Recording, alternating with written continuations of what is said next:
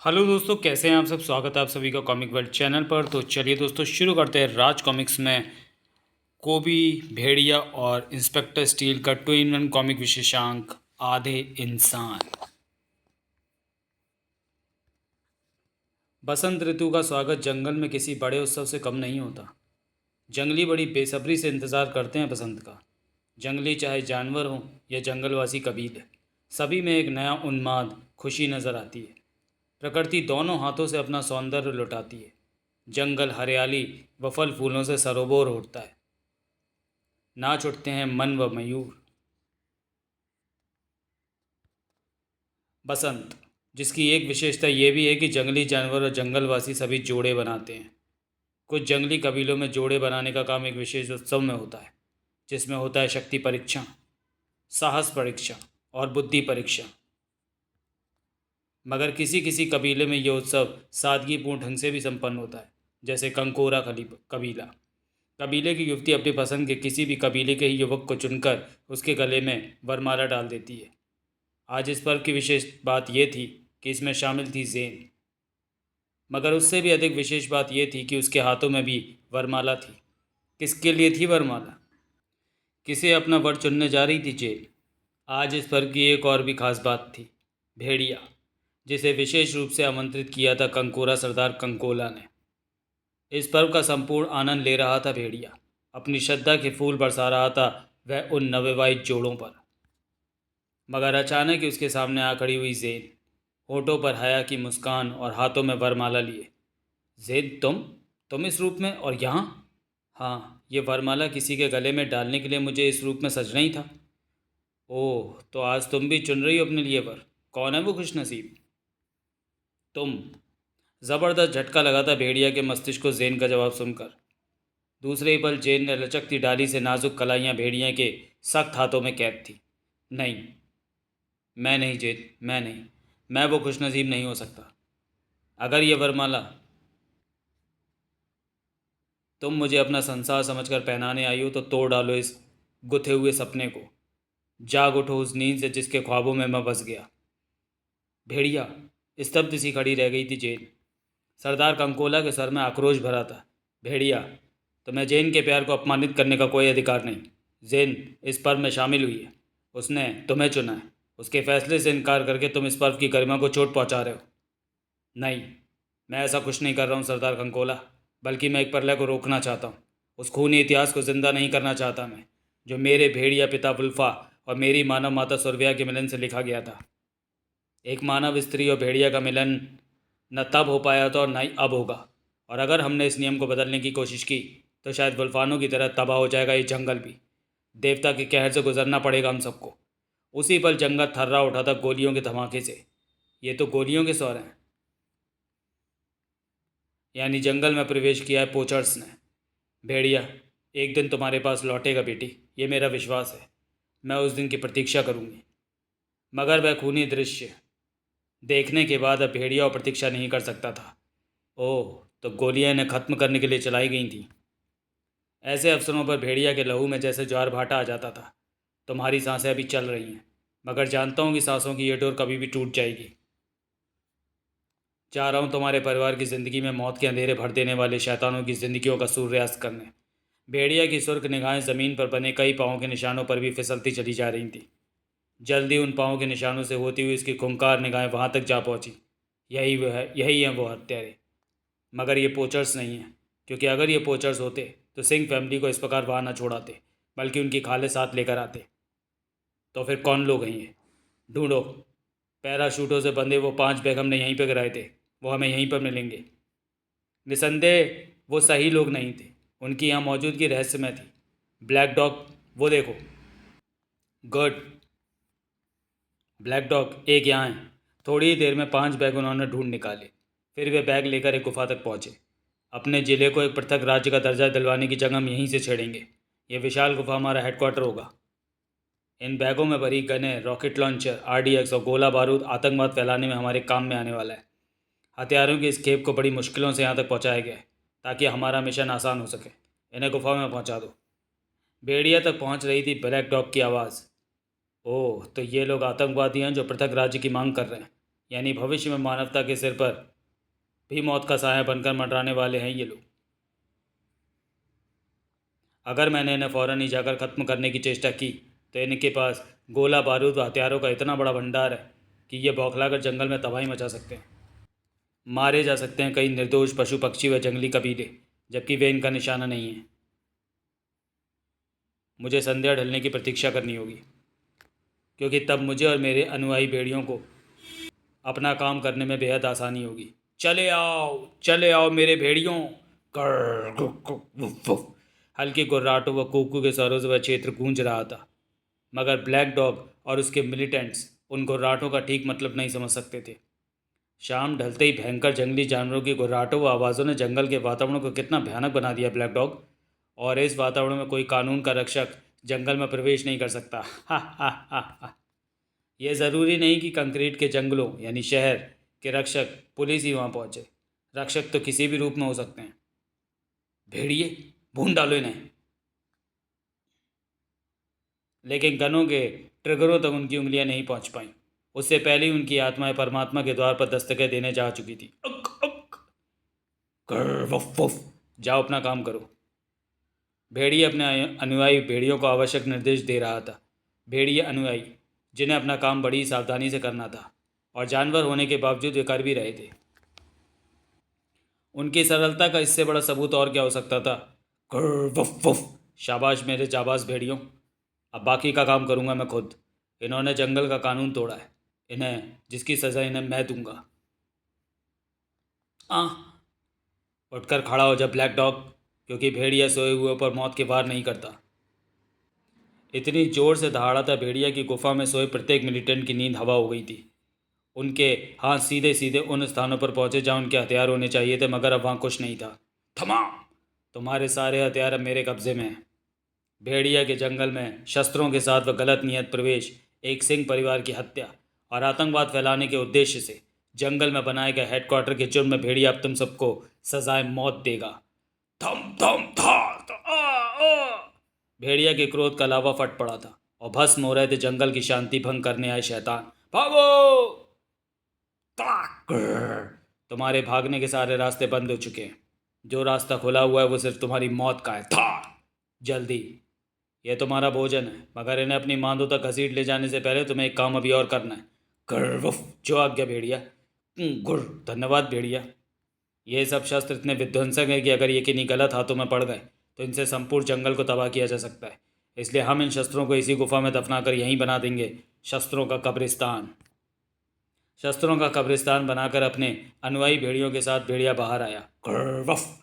अब तुम जाकर भोजन का आनंद लो। अरे, ब्लैक डॉग की लाश कहाँ गई? मैं बेकार ही परेशान हो रहा हूँ, शायद कोई और जानवर घसीट ले गया होगा उसे।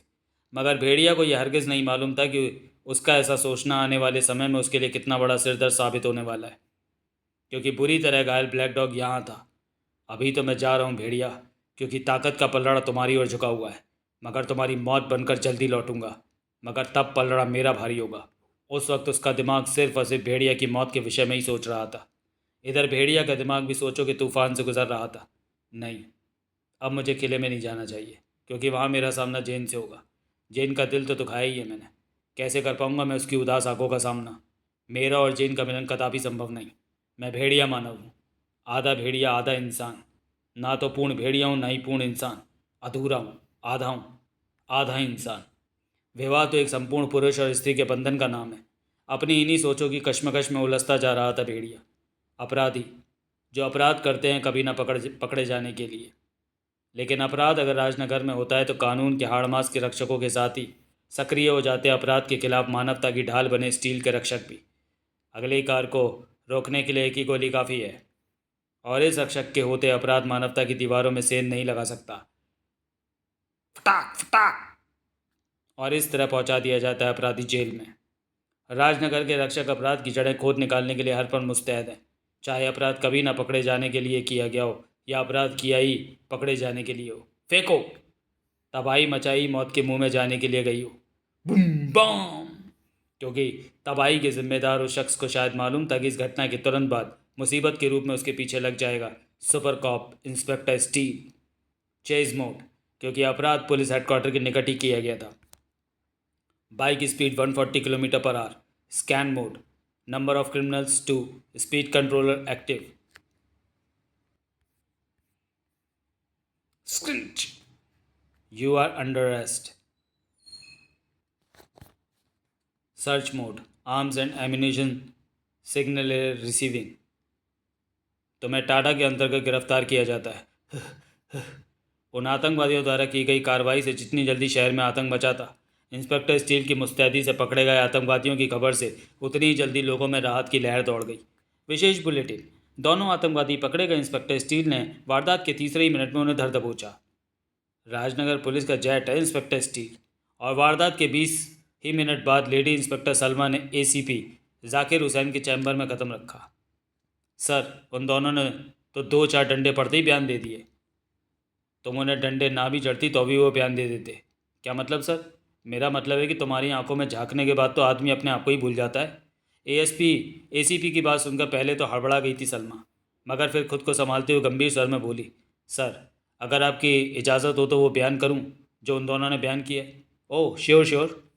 सलमा के जबड़े साहसी सहसा ही कस गए। आतंकवादी ब्लैक डॉग ग्रुप के सक्रिय सदस्य सर। ओह, वही ब्लैक डॉग जो असम में एक पृथक राज्य की मांग कर रहे हैं। और क्या पता चला उनसे सलमा? उनके ग्रुप लीडर का नाम भी मैंने पता चला लिया है सर। उसका नाम भेड़िया है। पूरा ग्रुप उसके नाम से थर्राता है। जंगल के शैतान के नाम से भी जाना जाता है उसे। खून पानी की तरह बहाता है। बारूद से ऐसे खेलता है जैसे बच्चे टेडी बियर या गुड़ियाओं से खेलते हैं। जंगल में हथियारों का पूरा ज़खीरा है उसके पास। जंगल में फैले खूनी कबीले उसके गुलाम हैं। उसकी इजाज़त के बिना जंगल में एक पत्ता भी नहीं खड़क सकता सर। वह सब कहते कहते सलमा के चेहरे की सुर्खी बढ़ती चली जा रही थी। ये तो गंभीर मसला है। मुझे खुद इस मामले में अपने अधिकारियों से बात करनी होगी, और फ़ौरन ही। मगर इससे पहले कि एसीपी रिसीवर उठा पाता, फ़ोन घरघना उठा। Hello, ACP Hussain here. Phone Hussain के घर से था। तुम अभी तक घर नहीं पहुँचे हुसैन? लड़की वालों को यहाँ ठीक 6 बजे पहुँचना है। ओफो माँ, कहा तो था कि समय से पहुँच जाऊँगा, फिर फ़ोन करने की क्या ज़रूरत थी? माँ का फ़ोन था। मुझे आज अपने लिए लड़की देखने जाना है, मगर मैं जानता हूँ कि मुझे वो लड़की कभी भी पसंद नहीं आएगी, क्योंकि लड़की तो मैं पसंद कर चुका हूँ, और उसका नाम है सलमा। तो फिर लड़की देखने जाने की भी क्या ज़रूरत है सर? माँ पिताजी का दिल रखने के लिए मुझे जाना तो पड़ेगा ही। उसके बाद एसीपी उस घटना की रिपोर्ट देने लगा अपने अधिकारियों को, जबकि इधर सलमा खुद भी उलझन में थी। हेलो अमर, मुझे इस वक्त तुम्हारी मदद की ज़रूरत। क्या कानून के 24 घंटों में से कुछ मिनट मुझे मिल सकते हैं? अगर हाँ तो मेरे साथ चलो। जल्दी इंस्पेक्टर स्टील की सुपर बाइक पर सलवार नहीं सवार सलमा शहर की भीड़ भरी सड़कों पर थी। तुमने पूछा नहीं अमर कि मैं तुम्हें लेकर कहाँ जा रही हूँ? चलो मैं खुद ही बता देती हूँ। सबसे पहले मैं तुम्हें ब्यूटी पार्लर लेकर जाऊँगी। थ्रेडिंग वैक्सिंग में मुझे वहाँ कुछ मिनट लगेंगे। उसके बाद एक साड़ी एम्पोरियम। वहाँ भी ज़्यादा समय नहीं लूँगी मैं तुम्हारा। तुमने पूछा नहीं अमर कि ये सब किस लिए? चलो मैं खुद ही बता देती हूँ। आज मुझे लड़के वाले देखने आ रहे हैं। अनीस भैया ने मुझे ठीक वक्त पर घर पहुँच जाने को कहा था। अरे, तुम ये सब सुनकर चौंके नहीं? तो ये सुनकर जरूर चौंकोगे कि मैं ये शादी नहीं करना चाहती। इस मामले में मेरी मदद सिर्फ तुम कर सकते हो अमर, क्योंकि क्योंकि मैं तुम्हें अपनाना चाहती हूँ। स्टील ने तीव्र रफ्तार बाइक को इतनी तेजी से रोका कि सलमा गिरते गिरते बची। क्रंच, उफ। उतरो। मगर तुम्हारा ब्यूटी पार्लर आ गया, साड़ी एम्पोरियम भी सामने, यहाँ से ऑटो या टैक्सी भी मिल जाएगी। मगर फिर तुरंत ही पलट कर आया वह। सलमा, मैं जानती थी कि तुम वापस आओगे। वापस इसलिए आया हूँ ताकि तुम्हारे जहन में बसे भ्रम को मिटा दूँ। तो मैं ये समझा दूँ कि शादी हाड़ मास के बने इंसानों का एक अटूट बंधन है, जिसके लिए ज़रूरत होती है एक स्त्री की और एक पुरुष की। तुम एक संपूर्ण स्त्री हो, मगर मैं पुरुष के रूप में क्या हूँ? फौलाद, सिर्फ एक मशीन। मेरे पास जज्बात नहीं, भावनाएं नहीं, दिल जिगर सब लोहा। तुम्हारे अनीस भैया ने तुम्हारे लिए जो लड़का देखा है तुम्हें उसी से निकाह करना चाहिए। मैं तुम्हारे लायक नहीं। ठहरो अमर, रुको। निकाह दो दिलों का बंधन है, भावनाओं का संगम है, और मेरी भावनाएं सिर्फ तुमसे जुड़ी हुई हैं अमर। फिर उसी शाम। अरे, तुम तुम ही वो लड़की हो जिसे मेरे माँ पिताजी ने मेरे लिए पसंद किया है? सर, आप? सर, ये तो सरप्राइज़ हो गया। वाह। मेरे ख्याल में लड़का लड़की को आपस में बात कर लेने दे, तब तक मैं आपको अपना गार्डन दिखाता हूँ। हाँ हाँ चलो। अनीस इत्यादि के बाहर चले जाने के बाद, सर, मुझे पूरी उम्मीद है कि आप अपने सुबह वाले निश्चय पर अटल होंगे और इस निकाह से इनकार कर देंगे। नहीं, उस वक्त मुझे ये नहीं पता था कि वो लड़की तुम हो, मगर सर, मुझे ये बात अच्छी तरह से मालूम थी कि आप वो नहीं हैं जिसे मैं अपना हमदर्द बनाना चाहती हूँ। क्या मतलब? मेरे दिल और दिमाग में किसी और की तस्वीर है। हो तो आपका नाम ज़ुबान पर कैसे चढ़ सकता है? आप करें या ना करें, मगर मैं इस रिश्ते से इनकार कर रही हूँ। प्लीज़ सर, मुझे समझने की कोशिश कीजिएगा। मुझे सिर्फ उसका नाम बता दो। आई लव अमर। इधर एसीपी के चेहरे पर उस वक्त कई भाव आ जा रहे थे। इधर उसी समय उच्चाधिकारियों की उस बैठक में यह वह निर्णय लिया जा रहा था। भेड़िया को ख़त्म करने के लिए फौलाद की ज़रूरत है, एक ब्रिलियंट दिमाग की ज़रूरत है, यानी इंस्पेक्टर स्टील की ज़रूरत है। इंस्पेक्टर स्टील के साथ इस मिशन पे एसीपी हुसैन, हमारी होनहार महिला पुलिस निरीक्षक सलमा और कुछ ब्रिलियंट मातहत भी जाएंगे। इस मिशन को नाम दिया जाता है मिशन ठंडर। मिशन ठंडर के जाबाजों को लेकर स्टील के स्पेशल हेलीकॉप्टर ने राजनगर की ज़मीन छोड़ी। फट फट फट फट फट फट। इधर एक तूफान उन तीनों तूफानों के भी सीने में मचल रहा था। अपना हमसफ़र हमराज बनाऊंगी तो सिर्फ तुम्हें अमर। किस्मत ने मुझे अधूरा छोड़ दिया, एक आधा इंसान बनाकर। तुम्हारा इनकार मेरे कानों में अभी तक जहर घोले हुए है सलमा। तुम्हारे दिल से स्टील को उखाड़ फेंकूंगा, और जल्द ही। स्टील की कलाई पर लगे कंट्रोल पैनल द्वारा ऑटो पायलट हेलीकॉप्टर अब वापस उड़ चला। हम इस वक्त यहाँ हैं। हमें एक एक करके इस पुल से गुजरना होगा। बस यहीं से हमारा मिशन ठंडर शुरू होता है, और स्टील की मौत का सफ़र भी, क्योंकि ये पुल शायद इसका वजन नहीं संभाल पाएगा और तेज़ भाव स्टील के पूरे मैकेनिज्म का कबाड़ा कर देगा। Danger wooden bridge all all eat elite. 450 kilogram वजनी स्टील भी पार करता चला गया उस पुल को। मगर गड़बड़ उस वक्त शुरू हुई जब अरे उफ कड़ाक! नदी का बहाव इतना तेज था कि ना तो इंस्पेक्टर स्टील ही कुछ कर पाया और ना ही सलमा या दूसरे मातहत। ये क्या हुआ स्टील? वो बहाव तेजी के साथ एसीपी साहब को दूर बहा ले गया है, पर मुझे उम्मीद है कि एसीपी साहब की कुशाग्रता उन्हें बचा लेगी, क्योंकि हम मिशन ठंडर पूरा किए बिना एसीपी साहब की खोज में भी नहीं जा सकते। जंगल की मुसीबतों से उनके सामने की शुरुआत हो चुकी थी। एक शुरुआत यहाँ भी हो चुकी थी। ओह, ये शाखा वक्त पर काम आ गई। किनारे पर पहुंचकर उसकी जान में जान आई थी।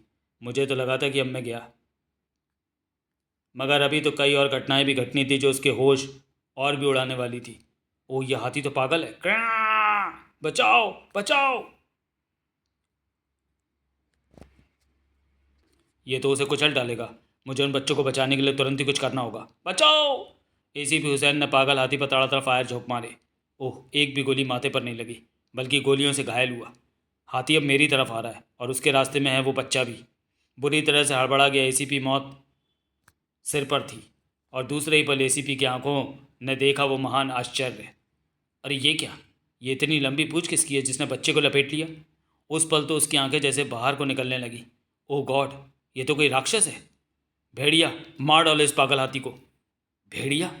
ओ, तो क्या यही है वो भेड़िया जिसकी तलाश में हम यहाँ आए हैं? प्यां! मगर ये पागल हाथी शायद अब उसे जिंदा नहीं छोड़ेगा। लगता है मिशन ठंडर बिना कुछ किए ही खत्म हो जाने वाला है। भेड़िया बचो! अब तो हैरानी से जड़ होने लगा एसीपी। अद्भुत! हे देवता मदद!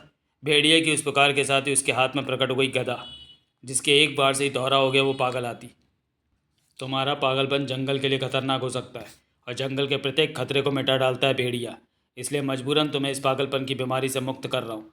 मुझे क्षमा करना दोस्त। जल्दी आओ बच्चों, अब तुम सुरक्षित हो। धन्यवाद भेड़िया, तुम जंगल के सच्चे रक्षक हो। एसीपी का दिमाग हैरानी के एक के बाद एक झटके खाए चला जा रहा था। जंगल का रक्षक?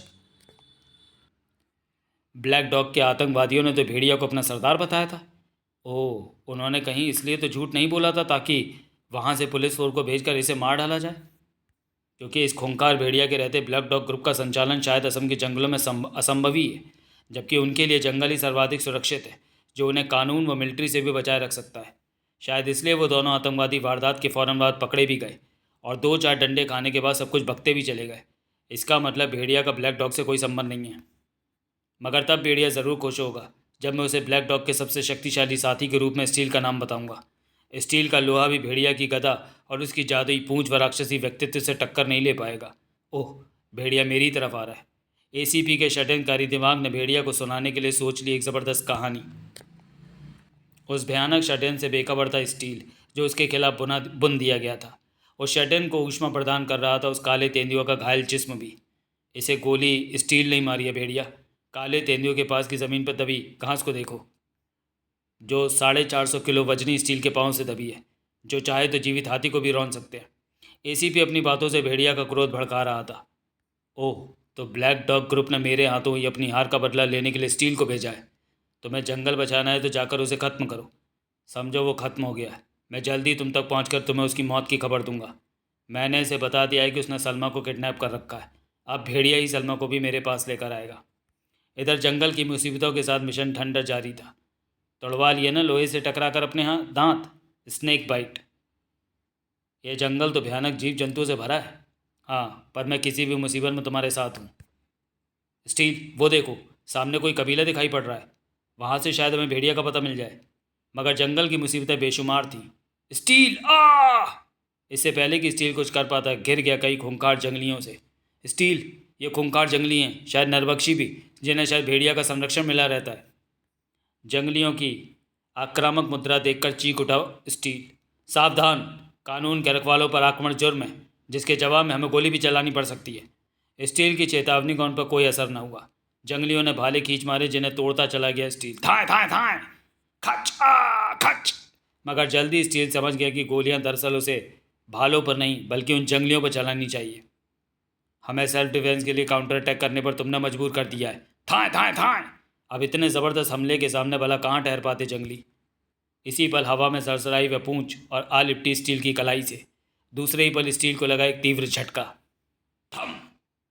जंगल में मौत बरसाने की इजाज़त तुम्हें किसने दी स्टील? भेड़िया के शक्तिशाली किकों का भी उस फौलाद पर क्या असर होना था। जल्दी समझ गया था भेड़िया इस रहस्य को। ओह, इसका शरीर तो लोहे का बना है। थड़! ये मेरा नाम कैसे जानता है? भौचक्की लटकी सलमा की जंगली फौरन हरकत में आ गई। उंगली फौरन हरकत में आ गई। ओ गॉड, ये कौन है? कितना विचित्र व भयानक। इसे फ़ौरन ख़त्म करना ही ठीक होगा। ठहरो बेवकूफ़ लड़की, मैं तुम्हें लेने आया हूँ। आ! कानून के उस सिपाही की गन का मुंह भी खुल जाता उससे पहले ही। अरे ओ नहीं, ये क्या! इतनी ऊंचाई से गिरने और भेड़िया के खौफनाक दर्शन के बाद अब भला उसे कहाँ होश रहना था। पके फल के समान नीचे अटपका था वो, जबकि स्टील के परखच्चे उड़ाने के उद्देश्य से फेंकी गई वो चट्टान स्टील के प्रचंड घूसे से टकराकर बिखर गई। काक! मेरे कंप्यूटर में भेड़िया का जो रेखा चित्र फीड किया गया था उसके मुताबिक ये भेड़िया ही होना चाहिए, और मिशन थंडर इसकी गिरफ्तारी व हथियारों की जखीरे की जब्ती के साथ ही पूरा होना है। स्टील के उस प्रहार ने खून छलका दिया भेड़िया के जिस्म से। शारीरिक शक्ति में दोनों में तय करना मुश्किल था कि कौन 19 और कौन 20। धाम! कुछ पल के लिए जैसे भेड़िया का मस्तिष्क अंधेरे में गुम हो गया। मगर भेड़िया की उन शक्तियों से स्टील अभी अपरिचित था, जो भेड़िया पर किसी मुसीबत के टूटते ही सक्रिय हो जाती थी। वफ वफ क्रंच। ये जंगली भेड़िया मुझे तो कोई नुकसान नहीं पहुंचा पाएंगे, मगर सलमा और उन तीनों पुलिसमैनों के लिए भयानक खतरा बन सकते हैं। भेड़ियों के दांत जैसे स्टील की फौलाद बॉडी में भी छेद करने को बेचैन हो रहे थे। इसलिए अब पहले मुझे इसी खतरे को दूर करना होगा। फुफ फुफ कंग। स्टील की कलाई से छूट निकले मौत के शोलों ने भेड़ियों में खलबली मचा दी। थाए थाए, पुफ कुं कुं। गिरते चले गए भेड़िए। अपने अनुयायी भेड़ियों के खून से लथपथ जिस्म देखकर भेड़िया गिरा गर्क में जैसे तूफान मचल उठा। तूने मेरे अनुयायी भेड़ियों पर हमला किया है, अब तो जिंदा नहीं बचेगा। स्टील के साथ ही उस ढलान पर लुढ़कता चला गया था भेड़िया भी। एक जंगल का जल्लाद, दूसरा कानून का फौलाद। दोनों लड़के तो लगा जैसे भूकंप आ गया हो, और दोनों जहां पहुंचकर रुके वो जगह थी एक भयानक तलतल, डेंजर स्वैम्प। भेड़िया की पूंछ लंबी होकर उस ऊपर वृक्ष पर लिपट गई। दूसरे पल भेड़िया का कीचड़ में सना जिसमें भी हवा में उठता चला गया। यह भयानक दलदल अब तेरी कब्र बन जाएगी, स्टील की कब्र। डेंजर। मगर सबसे पहले तो मुझे अपनी बॉडी को प्लास्टिक पर से ढक लेना होगा ताकि कीचड़ मेरे मैकेनिज्म को कोई नुकसान न पहुंचा पाए। ओह, मेरी आंखों के कैमरों पर कीचड़ जम गया है, मुझे कुछ दिखाई नहीं पड़ रहा। भेड़िया के ऊपर सरकने की सरसराहट ये स्पष्ट कर रही है कि भेड़िया अपनी पूंछ की मदद लेकर दलदल से बच निकला है। मगर मेरा 450 किलोग्राम का वजन अब तेजी के साथ दलदल में धंसता जा रहा है। सबसे पहले मुझे अपनी किट का प्रयोग करके अपनी आंखों पर चढ़े इस कीचड़ को साफ करना होगा। विजन क्लियर, ताकि मैं अपने आसपास किसी ऐसी वस्तु की खोज कर सकूं जिससे मैं इस संकट से बाहर आ सकूं। Distance 30 feet away from surface. मगर इस मुसीबत से बचने का कोई रास्ता स्टील को वहाँ दिखाई नहीं पड़ रहा था। हाँ, भेड़िया ज़रूर दिखाई दे गया था उसे। आखिरी बार दुनिया को देख लो स्टील, क्योंकि अब न तुम दुनिया को देख पाओगे और न दुनिया तुम्हें। फौलाद तेजी के साथ दलदल का ही हिस्सा बनता चला जा रहा था। तो क्या आज दलदल उसकी मौत साबित होने जा रही थी? क्या कानून के उस फौलादी सिपाही का इतना व्यवस्था भरा अंत सामने था? पिक पिक पिक पिक, डेंजर अलार्म। मौत के अलावा और चारा ही क्या था? मगर फौलाद के जिगर वाला भी दिमाग तो एक इंसान का रखता था। इस वक्त मौत सामने थी और उसके जहन में अवश्य ही सलमा थी। अपनी ज़िंदगी अमर के नाम लिखने का फैसला किया था सलमा ने। उसके जिस्म की मौत तो हो चुकी थी, अब दिमाग की मौत होने वाली थी। आधे इंसान की ज़िंदगी भी आज हमेशा के लिए ख़त्म हो जाने वाली थी। पिक पिक पिक पिक। 450 किलोग्राम का ये लोहा आज मिट्टी हो जाने वाला था। पिक पिक पिक पिक। जबकि भेड़िया सलमा के साथ पहुंच चुका था एसीपी हुसैन के पास। मैंने कहा था ना कि मैं तुम्हारी सलमा को तुम्हारे पास ले आऊँगा। ओ, मगर स्टील कहाँ है? एक भयानक दलदल की गहराई में। Very good. और अब मैं तुम्हें भी मौत की गहराइयों में भेज देता हूँ, क्योंकि तुम्हारी मौत मिशन थंडर की समाप्ति के बाद मेरा कमिश्नर बनना भी तय है। एसीपी तो गोलियां चलने से पहले ही वापस जाते भेड़िया की मौत देख रहा था। काश उसे पता होता भेड़िया की जंगल में फैली उन आँखों का भी जो हर पल चुस्त व चौकस रहती हैं। जी जी। ओह उफ, चिंपैंजी। मगर वह एक साधारण चिंपैंजी नहीं था। भेड़िया का खास मुँह लगा चिंपैंजी हनु था वो, जिसके नथनों से क्रोध की भयंकर फुंकारें फूट उठी थी भेड़िया पर संकट आता देखकर। ची ची ची आ। उसके बाद दूसरा कोई वार नहीं कर सका अनु, क्योंकि एक ही सटीक वार ने उसके होश गुम कर दिए थे। तड़ाक ची ची। तुम सही वक्त पर होश में आ गई सलमा, वरना नदी में गिरकर तो मैं बच गया था। मगर पता नहीं मैं इस मुसीबत से बचता या नहीं। आपको ठीक ठाक देखकर मुझे बेहद खुशी हो रही है सर। मगर मैं यहाँ कैसे पहुँची? इंस्पेक्टर स्टील और हमारे आदमी कहाँ हैं? मुझे अफसोस है सलमा कि स्टील भेड़िया के हाथों दलदल में फंसकर मारा गया। हमारे बाकी आदमी भी उसने मार डाले हैं। नहीं, ये नहीं हो सकता। मुझे खुद भेड़िया के मुंह से पता चला है। वो तो मैं अपनी गुफा में लेकर जा रहा था। मैंने गोलियां चलाकर उसे तुम्हें छोड़कर भागने पर विवश कर दिया। स्टील हमारी प्रमुख शक्ति था सलमा। स्टील के बाद हम मिशन ठंडा पूरा नहीं कर सकते। इससे पहले कि भेड़िया वापस लौटाए हमें वापस जाना होगा। नहीं, आपको जाना हो तो आप जाएं, मैं नहीं जाऊंगी। मैं मिशन ठंडा पूरा मैं मिशन ठंडर पूरा किए बिना और स्टील को लिए बिना नहीं जाऊंगी, फिर चाहे वो मुझे ज़िंदा मिले या मुर्दा। पागल मत बनो सलमा, तुम्हारे कदम मौत के लिए आगे बढ़ रहे हैं। उसके कदम नहीं, कदम तो तुम्हारे मौत की तरफ बढ़ रहे हैं। आ सलमा के लिए कुछ करने का ना तो समय था और ना ही साधन। पकड़ लो इसे, यह अभी हमारे काम आने वाली है। कौन हो तुम? छोड़ो मुझे। ब्लैक डॉग ग्रुप के लीडर ब्लैक डॉग के शिकंजे से अब तुम्हें सिर्फ मौत ही छुड़ा सकती है। सलमा के लिए वो पल चौंकाने वाले थे। Black dog? मगर ब्लैक डॉग का लीडर तो भेड़िया है। गलत, वो बेचारा तो जंगल का रक्षक है। उसने मेरे सारे आदमी को मार डाला था, मुझे निशस्त्र कर दिया था। मेरे सारे हथियार आज भी उसके कब्ज़े में हैं। उसको ख़त्म करने के लिए मैंने ये प्लान बनाया था। अपने 2 आदमियों को पकड़वाया था, क्योंकि मालूम था कि इस काम के लिए सिर्फ सुपर कॉप इंस्पेक्टर स्टील को भेजा जाएगा, और वही हुआ। मगर भेड़िया अभी ज़िंदा है। उसकी मौत में कोई गड़बड़ ना हो, इसलिए हमें तुम्हारी ज़रूरत है। अब तुम्हारी कोई चाल कामयाब नहीं होगी शैतान। उस घटना के ठीक 5 मिनट बाद फूजो की निगाहें आश्चर्य से फैली। आश्चर्यजनक खबरें दी थी हनु ने वहाँ पहुँचकर। ची ची ची। ओह, कहाँ पर हुई थी ये घटना? तुम्हें चोट तो नहीं लगी? जल्दी फूजो हनु को साथ लेकर उस स्थान पर पहुँचा। ये तो पुलिस का आदमी है, मगर गोलियां लगने के बावजूद भी जिंदा है। इसे बचाना होगा हनु। ची ची ची। भेड़िया उस सब के बाद से ही गायब है। वो इसलिए वापस किले में भी नहीं लौटा, क्योंकि शायद अब वो मुझसे दूर रहना चाहता है। फूजो बाबा, भेड़िया आसपास ही है। उस लड़की और भेड़िया की जान खतरे में है। मैं उन्हें ढूंढने जा रही हूँ। ठहरो जेन। जंगल में ब्लैक डॉग और उसके आतंकवादियों के होने की सूचना भी हनु ने दी है। भेड़िया वो उस लड़की सलमा की खोज का काम तो मैं यहीं रहकर करवा सकता हूँ। फुफ फुफ कुं। फूजो ने उस भेड़िए को अन्य भेड़ियों के साथ मिलाकर भेड़िया और सलमा की खोज में जाने का आदेश दिया। अब हमें इसे फ़ौरन चिकित्सा देनी होगी, वरना ये मर जाएगा। इधर जंगल में उसी गुफा के निकट। Woof woof. अरे मोती, तू शायद मुझे वापस किले में चलने के लिए कहने आया है, मगर नहीं, अब मैंने अपना निवास यहाँ बना लिया है। तुम फूजो को कभी भी यहाँ का पता नहीं बताना। Woof woof woof woof. तुम्हारा आदेश अवश्य मानूंगा भेड़िया, मगर इस वक्त मैं किसी और ही उद्देश्य से आया हूँ। जंगल में मैंने एक विचित्र राक्षस देखा है, जो इंसानों जैसा शरीर नहीं रखता, मगर है इंसान की तरह, बहुत भारी भरकम। उसने भेड़ियों को गंध से बेहोश कर दिया है। उसकी फैलाई गंध से मैं भी बेहोश हो गया था। होश में आया तो वो वहाँ नहीं था। तब मैं यहाँ तुम्हें उसके बारे में बताने आया हूँ। Woof woof. क्या? ऐसा इंसान तो जंगल में सिर्फ एक ही हो सकता है। भेड़िया ने ठीक ही कहा था। ऐसा इंसान जंगल में एक ही हो सकता था, इंस्पेक्टर स्टील। कूं कूं, यही है वो भेड़िया देवता स्टील। तुम तुम दलदल से जिंदा कैसे निकल आए? Arms and ammunition. जवाब भेड़िया को बड़ा ही अप्रत्याशित मिला। मेरे लिए बहुत आसान था। फुफ फुफ दम उफ। मैं तुम्हारे वहाँ से जाने की प्रतीक्षा कर रहा था ताकि तुम मुझे दलदल में समा गया देख जानकर मेरी ओर से लापरवाह हो जाओ। तुम्हारे हटते ही मैंने सेल्फ कंट्रोल हेलीकॉप्टर को वहाँ बुलवा लिया था, जिससे निकले शिकंजे ने मुझे दबोच कर फ़ौरन ही बाहर निकाल दिया था। स्टील के मुंह से ये सब सुनते हुए भेड़िया की आंखों में जैसे प्रलय मंडरा रही थी। यानी वहाँ आने वाला था ज़रूर कोई जला, जबकि इधर फूजों की कुटिया पर तुम्हारे जिस्म की गोलियों को निकाल दिया है। तीव्र औषधियों से तुम्हारा होश भी जल्दी आ गया है। अब तुम खतरे से बाहर हो। अब मैं तुम्हारे बारे में जानना चाहता हूँ। तब एसीपी हुसैन ने सब कुछ बता दिया। और फिर भेड़िया जंगल का रक्षक है, मगर मैंने भेड़िया को स्टील के खिलाफ भड़काकर उसके हाथों उसे ख़त्म करवा दिया, मगर सलमा को फिर भी नहीं पा सका। आज मुझे दूसरी ज़िंदगी शायद अपने गुनाह के प्रायश्चित के लिए मिली है, मगर बाबा, सलमा की जान खतरे में, हो सके तो उसे बचा लो।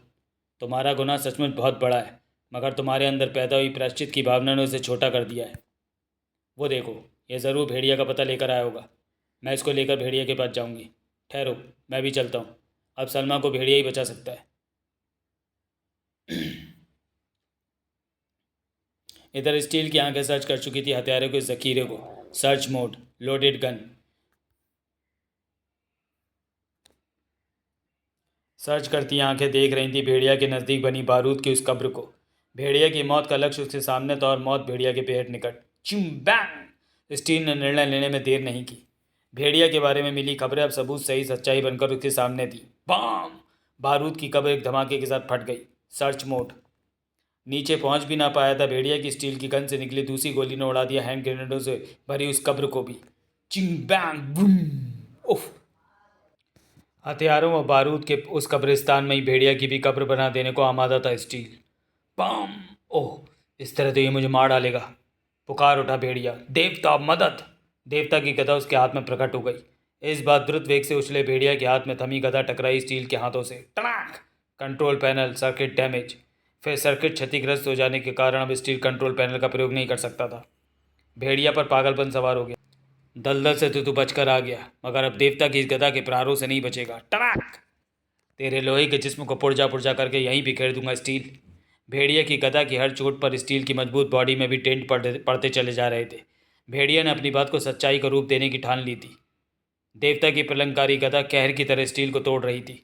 वो गदा जो पर्वतों को भी चकनाचूर कर दे। इस बार संभल गया स्टील। दूसरे ही पल स्टील ने भेड़िया की तरफ उछाले हुए मिसाइल।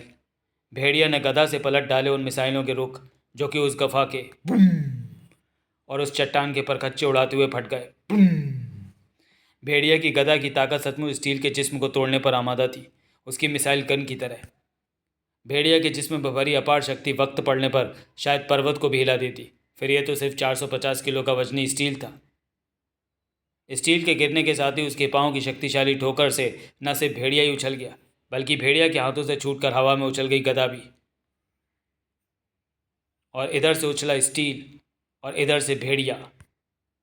खून के दोनों प्यासे, दोनों आधे इंसान, दोनों एक दूसरे के सामने, अपने अपने हाथों में मौत के शस्त्रास्त्र लिए। आधे इंसान, इसलिए इंसानियत से दूर, हिंसकता के करीब। मौत वहाँ अठास लगा रही थी। स्टील व भेड़िया पर कस रही थी अपने पंजे। फिर इससे पहले कि भेड़िया की गदा स्टील का सिर तोड़ डालती और स्टील की गोली भेड़िया का। ठहरो, रुक जाओ, वरना गजब हो जाएगा। कानून व जंगल के रक्षक एक दूसरे के हाथों मारे जाएंगे। कानून का रक्षक? जंगल का रक्षक?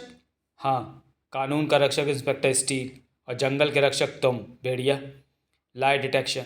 इंस्पेक्टर स्टील को गुमराह किया ब्लैक डॉग के षड्यंत्र ने, और भेड़िया को अपने स्वार्थ के लिए इस्तेमाल किया एसीपी हुसैन ने, ताकि सलमा और उसके बीच से स्टील निकल जाए। सब कुछ बताता चला गया फूजो, और स्टील उसकी एक एक बात की पुष्टि लाई डिटेक्टर पर करता चला जा रहा था। मैं तो एसीपी के रास्ते की दीवार ना तब था ना अब हूँ, क्योंकि सलमा से मेरी शादी संभव ही नहीं, ना आज ना कल। ठीक उसी तरह जैसे जेन से मेरा मिलन संभव नहीं, ना आज ना कल। हम दोनों आधे इंसान एक ही किश्ती के मुसाफिर हैं स्टील, मगर इस किश्ती का रुख अब तूफानों की तरफ हो जाना चाहिए, और तूफान तुम्हारे सामने है। अब जब सारे भेद खुलने के बाद तुम दोनों मेरे दुश्मन बन ही चुके हो तो तुम दोनों को ही जिंदा छोड़ना ठीक ऐसे ही होगा जैसे कि पलीते में आग लगाकर बम को अपनी जेब में रख लेना। स्टील, सलमा, अब इससे पहले कि मेरे हाथ में थमे रिमोट का और सलमा के टुकड़े बिखर जाएं, तुम दोनों आधे इंसान इस जंग को आधा मत छोड़ो। शाबाश, तुम्हें इस जंग को पूरा करना और ध्यान रहे तुम्हारे शस्त्रास्त्र तुम्हारी ज़िंदगियों को ख़त्म होने से पहले ना छूटें। एक मासूम की जान बचाने के लिए हमें ये जंग लड़नी ही होगी स्टील। था कानून भी हमें यही सिखाता है कि 100 मुजरिम भले ही बच जाए मगर एक निर्दोष की जान न जा पाए। था टनाक, लेकिन ना तो मैं 100 मुजरिमों को ही बचने दूंगा और ना ही जाने दूंगा सलमा की जान। अपने किट बैग में से कोई यंत्र निकाल कर न जाने क्या किया स्टील ने। स्टील की उस हरकत से खून उतर आया ब्लैक डॉग की आंखों में। इस RDX बम की शक्ति का अंदाज़ा नहीं है तुम्हें स्टील। अब तुम सब भी मरोगे सलमा के साथ, क्योंकि मैं दबा रहा हूँ रिमोट का बटन। मगर ये क्या, अरे बम फटा क्यों नहीं? जैसे मौत झपट पड़ी उस पर। बम इसलिए नहीं फटा ब्लैक डॉग क्योंकि जैमर नामक यंत्र से मैंने रिमोट रेस को जाम कर दिया था, जिससे वो बम तक पहुंची ही नहीं। इन यंत्रों का प्रयोग आजकल विशिष्ट मंत्रियों की कारों में होता है ताकि वहां रिमोट बम का प्रयोग न किया जा सके। अब भेड़िया भी चुप रहने वाला नहीं था। तुम जैसे शैतानों के जिस्मों का भोजन मेरे भेड़िया अनुयायियों के बेहद स्वादिष्ट लगता है। थोड़ा तुम बचो भेड़िया, जिंग जिंग। भेड़िया की पूंछ ने ढाया आतंक। जेन ने भी झपट कर उठा ली थी गन। थाए थाए, स्टील की पिस्टल से निकली उस गोली के साथ ही थाए थाए ओ। मिशन थंडर ओवर हो गया। Mission thunder is over. मगर स्टील का काम अभी खत्म नहीं हुआ था। भेड़िया, अपने इस अनुयायी भेड़ियों को रोको जो थोड़ी देर पहले तुम्हारे पास आया था। इसकी पूंछ पर मैंने रेडियो ट्रांसमीटर फिट कर दिया था जिसकी मदद से मैं तुम तक पहुंचा था। ओह, उसके बाद स्टील सलमा की ओर मुड़ा, मगर एक भी कदम वह उसकी ओर नहीं बढ़ा सका क्योंकि सलमा की आवाज़ उसके पाँव में बेड़िया बनकर लिपट गई थी। अगर तुम मेरे शरीर पर बंधे इस रिमोट बम को हटाने के लिए मेरी तरफ बढ़ने वाले हो मिस्टर स्टील, तो अपने लोहे के कदमों को वहीं पर रोक लो, क्योंकि रिमोट का बटन दबाकर आज मैं भी इस जिस्म को मिटा दूंगी जो मेरे और तुम्हारे मिलन में बांधक है। नहीं सलमा, ये क्या पागलपन है? खबरदार स्टील, जैमर को निकालने की कोशिश मत करना, क्योंकि अब मैं रुकने वाली नहीं हूँ। होंठों पर दृढ़ निश्चय लिए सलमा का अंगूठा रिमोट का बटन दबा ही देता। अगर भेड़िया की पूंछ तुरंत लंबी होकर उसके हाथ से वह रिमोट न छीन लेती तो। स्टील आगे बढ़ा। थैंक यू दोस्त, आज अगर इसे कुछ हो जाता तो स्टील आधा इंसान भी न रह जाता। आगे बढ़ी जेन। तुमने सलमा को क्यों बचा लिया भेड़िया? क्या एक और मौत के लिए जो उसे स्टील के अधूरेपन के एहसास के साथ जिंदा रहकर हर पल मिलती रहेगी? हाँ, मैं उस मौत को महसूस कर सकती हूँ भेड़िया, क्योंकि तुम्हारे अधूरेपन के एहसास की मौत मुझे भी तो उस पल से मिल रही है जिस पल तुमने मेरे सपनों की माला को टुकड़े टुकड़े कर तोड़ डाला था। उम्र भर की उस मौत से एक पल की वह मौत क्या उसके और मेरे लिए भली ना होगी? स्टील व भेड़िया निरुत्तर से खड़े थे। कहते भी क्या? कहा फूजो ने, मौत किसी समस्या का हल नहीं होती। मौत की धमकियाँ देकर कोई किसी के प्यार को नहीं जीत सकता। प्यार नाम है त्याग और प्रतीक्षा का। तुम्हें संयम रहकर यह प्रतीक्षा करनी होगी। फूजो की बातें सलमा व जेन की समझ में आ रही थी और उनका गुस्सा दूध के उबाल की तरह ठंडा होता चला जा रहा था, जबकि फूजो पलट चुका था स्टील और भेड़िया की ओर। और अब तुम दोनों की समस्या भी एक है, वो ये कि तुम दोनों खुद को आधे इंसान कहते हो, मगर मैं कहता हूँ कि अधूरे तो हैं वे लोग जो अपने स्वार्थ की खातिर जिंदा हैं। दूसरों के लिए अपनी ज़िंदगियां दांव पर लगा देने वाले स्टील और भेड़िया कभी अधूरे नहीं हो सकते। मगर अपनी इस पूर्णता को बरकरार रखने के लिए हमें शादी जैसे बंधन से दूर रहना ही होगा। ये कश्मकश भी एक दिन ख़त्म होगी, क्योंकि इसी कश्मकश का नाम है ज़िंदगी। समाप्त। तो चलिए दोस्तों, वीडियो को यहीं समाप्त करते हैं और मिलते हैं राज कॉमिक्स की किसी 2-in-1 कॉमिक विशेषांक में अगले वीडियो में। तब तक के लिए धन्यवाद।